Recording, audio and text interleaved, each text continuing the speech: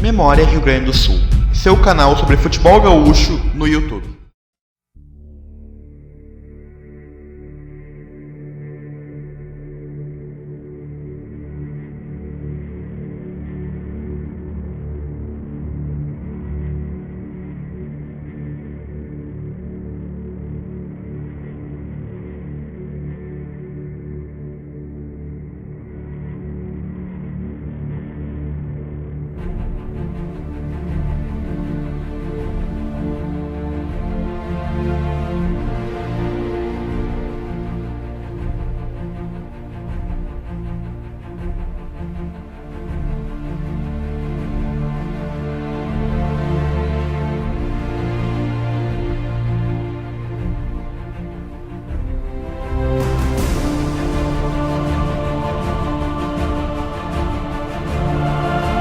O jogo foi bem controlado pela Associação Santa Bárbara. O 1-0 no placar do intervalo era considerado justo, e mudanças radicais precisariam ocorrer no vestiário do São Luís se os juienses quisessem outro resultado. No centro do campo, enquanto as equipes regressavam, o árbitro Carlos Martins conversava com alguns jogadores do time local, soltava elogios e dizia-lhes que estavam jogando muito futebol, situação que certos juienses teriam tentado evitar. Injuriados com o anúncio e a confirmação de que os juienses invadiriam Santa Bárbara, os poucos torcedores da casa presentes no estádio enxutaram com alento, e as provocações até ali inocentes, que não haviam causado mais do que desentendimentos inócuos, cresceram de gravidade. O pavilhão viu as hostilidades aumentarem. O desacordo verbal fez braços e pernas se movimentarem, e o tumulto foi uma consequência, revoada de pássaros a pronunciar com susto o temporal que viria a seguir. Muitos ouviam conselhos desse insensato senhor que é o álcool. Durante toda a viagem, vários ocupantes dos ônibus locados pelo São Luís consumiram litros e litros de sumos etílicos, festejavam por antecipação e faziam uma alquimia explosiva em suas vísceras. Tinham uma van especial, com barricas e tonéis cheios de cachaça para distribuir fora do estádio, acusam os jogadores da associação. Assim, eles tiveram a coragem para fazer o que fizeram. Diante da confusão, os vigienses ameaçavam cruzar o campo, derrubando o alambrado com os próprios punhos.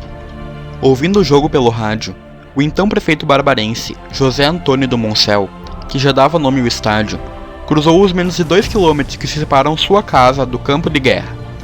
Tinha uma mensagem ao povo da cidade. Subiu às cabines de imprensa e disse ter pedido para que a população de Santa Bárbara se recolhesse. Povo de Santa Bárbara, venham defender os seus. Colunas esportivas de Juí chegam a dizer que a ordem teria partido do prefeito, e Santa Bárbara veio. Quando os torcedores de Juí saíram do estádio, uma multidão esperava por eles. Eles passaram da maioria para a minoria. A polícia cuidava das mulheres e crianças, já os homens estavam por si. Choviam pedras em pleno verão, sendo arremessadas de um lado para o outro. A população de Santa Bárbara atenderia o chamado feito pela rádio. E agora, quem fosse de fora seria considerado o inimigo. Carros com placas de Juí não seriam inteiros do confronto. Paus e pedras seriam usados para agredir.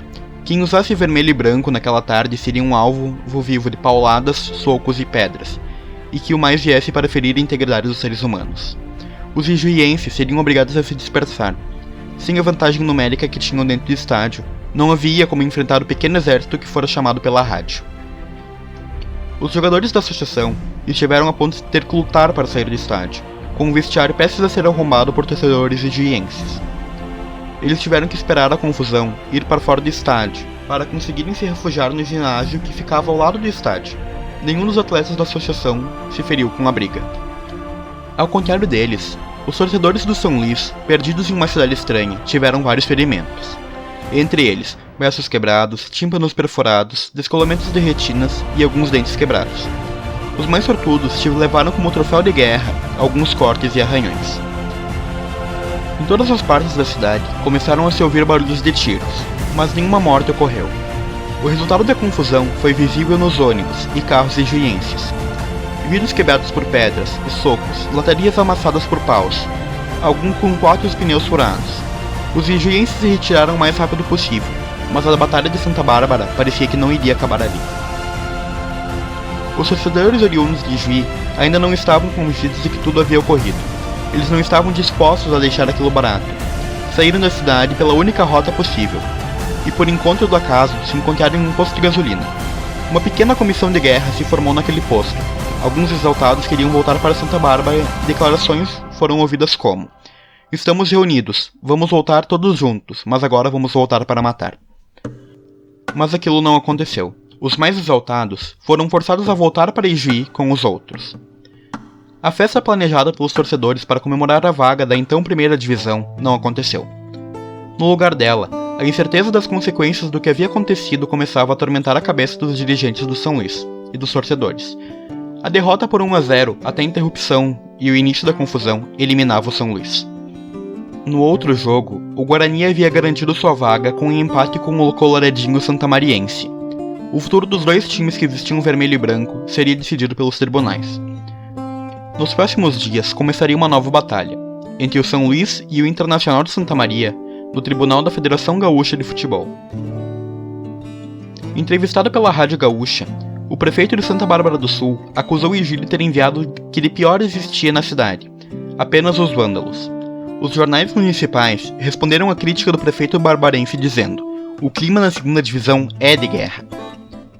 Na noite de quarta-feira, dia 12 de dezembro, o Tribunal de Justiça Desportiva da Federação Gaúcha de Futebol, em caráter de urgência, fazia uma reunião para definir o rumo das vagas e a punição para os envolvidos na Batalha de Santa Bárbara. O interesse da associação era pouco, mas o Inter de Santa Maria era muito. Pessoas ligadas ao Clube de Santa Maria defendiam que o resultado até a interrupção do jogo fosse adotado como resultado oficial. Os juízes da FGF trabalhavam com duas hipóteses: ou manter o resultado de 1-0 para a associação e jogar apenas o segundo tempo, ou recomeçar o jogo do zero. As trocas de acusações no TJD foram ásperas, mas não houve denúncia contra o São Luís, e as provas apresentadas pela acusação foram consideradas insuficientes e confusas.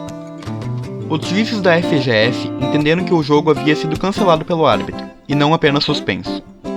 Assim, uma nova partida foi marcada para o próximo domingo, dia 16, para o estádio José Antônio do Moncel, desta vez com portões fechados, sem a presença de torcedores dos dois lados. Mas um problema atrapalharia o jogo marcado.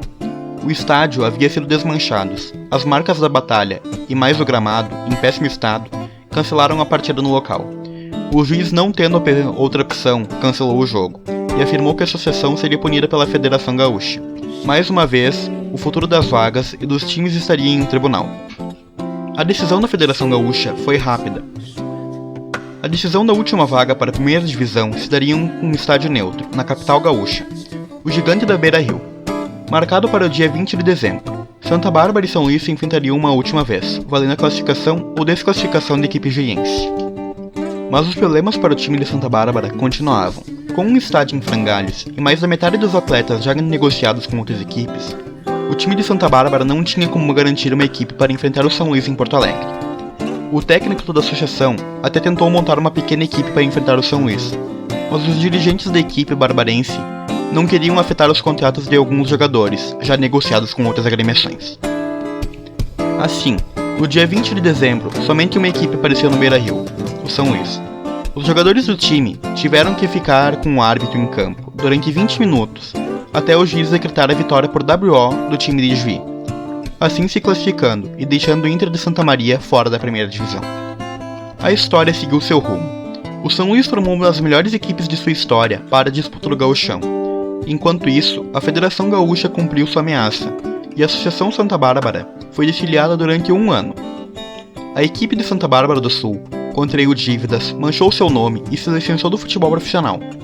Várias tentativas foram feitas para tentar voltar a jogar a segundona, mas nenhuma deu certo. Atualmente, a associação está apenas no amadorismo e sem expectativa para a volta ao profissionalismo. Tudo isso marca o fatídico dia 9 de dezembro de 90, a Batalha de Santa Bárbara.